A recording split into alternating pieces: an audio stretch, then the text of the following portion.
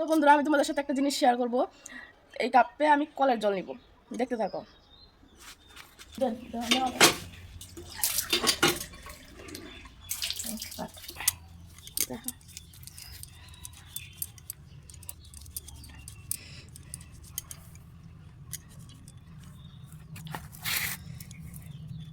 এই জলটা এখন দেখবা,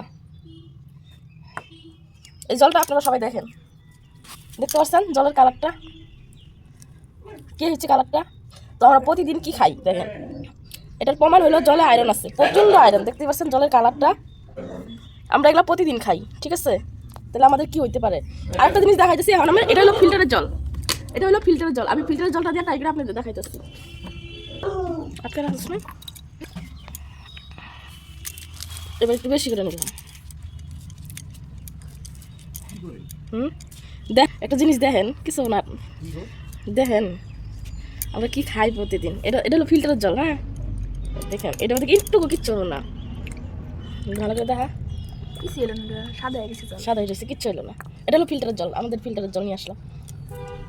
এটা কিন্তু দাঁড়া, এটা কিন্তু হলো মানে পাতার যে কষ্টটা, ওই কষ্টটাই দেখা যাইতেছে, ঠিক আছে? পাতাটা আমি কিন্তু বেশি পরিমাণ নিছি, পাতার কষ্টটাই দেখা যাইতেছে, যেরকম ওরকমই।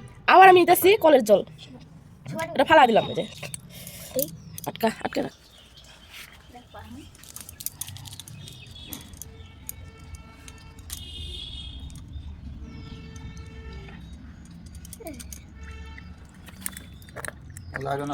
আয়রন আছে যে একটা কিটকিটা কালা হয়ে যাবো।